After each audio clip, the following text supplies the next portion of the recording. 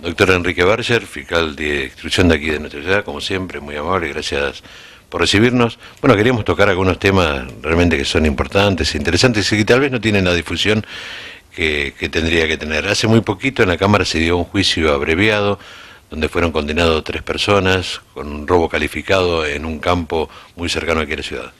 Bueno, nosotros tuvimos dos casos de robos calificados en campos, en dos casos muy parecidos de gente que entra de noche, armados, donde hubo víctimas, había gente viviendo en los campos, en los dos lugares.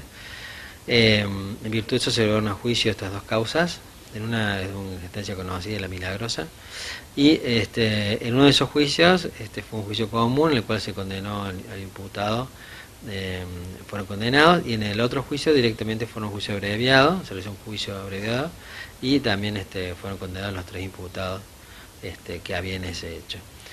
Bueno, eso es muy importante porque son casos que causan mucha conmoción en la sociedad y además tienen mucha relevancia porque en los lugares alejados, como son los campos, donde la seguridad pública disminuye y aumenta la seguridad privada, bueno, estos casos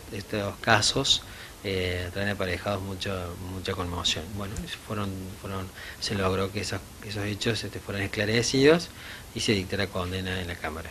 Doctor, estas son las mismas personas que hicieron estos 2 robos, son de la zona. ¿Cuál era el modus operandi con respecto a este tema? No fueron los mismos imputados, o por lo menos no fueron identificados en los mismos hechos. En ambos casos eran personas de Rufino, con domicilio en Rufino. El modus operandi era llegar de noche, sorprender a quienes vivían en el campo, armados, encapuchados y con uso de algún apoyo externo, a los fines de poder retirarse del lugar con el botín. Bueno, ¿Doctor, hacían algún tipo de inteligencia con respecto a esto? Sí, se puede establecer que sí, se puede establecer que conocían previamente el lugar o a la gente que vivía en el lugar. Se trabajó, la prueba fue muy contundente porque trabajamos, no solamente logramos identificarlos, hubo secuestro de las cosas que se sustrajeron, hubo secuestro de armas de fuego, se demostró la operatividad de las armas de fuego utilizadas en el hecho, se comprobó la posición en el lugar también por vía de las antenas telefónicas y todo eso hace un cúmulo de pruebas totalmente contundente a la hora de poder esclarecer el hecho y esclarecer, o sea, confirmar que se hayan acreditado los dos extremos de la imputación jurídico-delictiva, esto es la existencia del hecho y la participación punible de parte de los imputados. Doctor, lo llevo a otro tema y no menos relevante que la violencia de género. Sabemos cómo se está trabajando de la Fiscalía hace mucho con respecto a este tema. En una nota anterior usted me había dado una estadística que era bastante alarmante y llamativa. ¿Qué podemos decir con lo que va del año? Bueno, de esto aprovecho dos cosas. Respecto a las estadísticas, como usted me pregunta, hasta el día de la fecha se han recibido 253 denuncias de violencia familiar. Hasta el día de hoy. Esto implica que es muy preocupante y nosotros tenemos que estar atentos las 24 horas del día. De hecho, se atienden las 24 horas del día, se toman denuncias las 24 horas del día y se toman medidas por parte de la Fiscalía y luego se deriva al juzgado de violencia familiar pertinente. Esto lo digo porque es muy importante para que sepa, es un compromiso que tiene el Estado de auxiliar a las víctimas de violencia familiar. Ello porque, lo digo porque se toman medidas de restricción, de comunicación y de exclusión a los agresores. En todos los casos se toman medidas, en todos los casos. Y bueno, por supuesto que esto tiene una problemática extrajurídica porque es una cuestión social y una cuestión que no solamente se va a resolver con la actuación judicial, que siempre es posterior a los hechos, ¿no? Nosotros trabajamos siempre a posterior de que suceda algo. evidentemente tiene una problemática previa, una problemática que de atención o de contención social, sobre todo a la víctima, por supuesto, ¿no? Doctor, dos preguntas fundamentales. Primero, ¿existe el botón antipánico aquí en la ciudad? Y muchos de estos casos donde muchas personas tienen restricciones para acercarse a su pareja, se han dado hechos de femicidios realmente importantes. Me gustaría saber cómo tiene que actuar la víctima con respecto a este tema, debido a que no puede estar la policía las 24 horas en la puerta del domicilio. Bueno, respecto al botón antipánico, está en toda la provincia. No es la fiscalía quien lo distribuye, sino el juzgado de violencia familiar.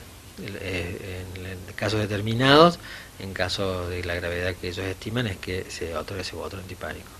La otra pregunta que me dijo es cómo tiene que actuar la víctima. La víctima, como recién decía, tiene que hacer una denuncia, que se reciben las denuncias las 24 horas del día, o sea, tiene que llamar a la policía o acercarse a la unidad judicial, pero si llama frente a un hecho de flagrancia o algo que le está sucediendo en el momento, con llamar a la policía al 101 o al 911, va a acudir el personal policial a su casa y va a intervenir. Luego, como le decía, se hacen las denuncias de violencia familiar, se toman las medidas a cualquier hora del día. Y luego finalmente interviene, por supuesto, el juzgado de violencia familiar, que es el juzgado específico y que va a controlar esa problemática. Doctor, como último tema y agradeciéndole su amabilidad, quería saber, en este año se han dado muchos casos de allanamientos por narcomenudeo. Me gustaría conocer si usted tiene una estadística con respecto a este tema, si ha crecido los puntos de ventas de droga.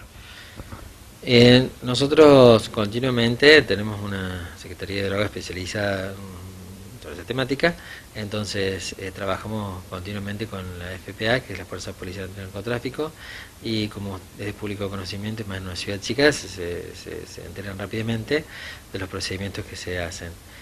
Bueno, hemos hecho una serie de procedimientos positivos y se ha secuestrado droga en esto que es el narcomenudeo, que es el último eslabón de la comercialización de la droga. Digo esto porque hay que tener en cuenta que no es competencia de la provincia, de la justicia provincial, atacar a los grandes vendedores de drogas, sino a los del narcomenudeo. Los que sean grandes vendedores de droga quedan atrapados por la competencia de la justicia federal. Digo esto porque muchas veces es común que encontremos a personas que tengan poca cantidad de sustancia, pero bueno, esa es la competencia que tiene la justicia provincial sobre esta temática. Y bueno, los resultados positivos que hemos tenido, hemos hecho una serie de allanamientos simultáneos este último mes en distintas causas y han sido todos con procedimiento con resultado positivo, con secuestro de drogas y de distintos elementos de corte, de fraccionamiento y de secuestro de vehículos, y bueno, por supuesto hay personas detenidas por imputadas de esos delitos.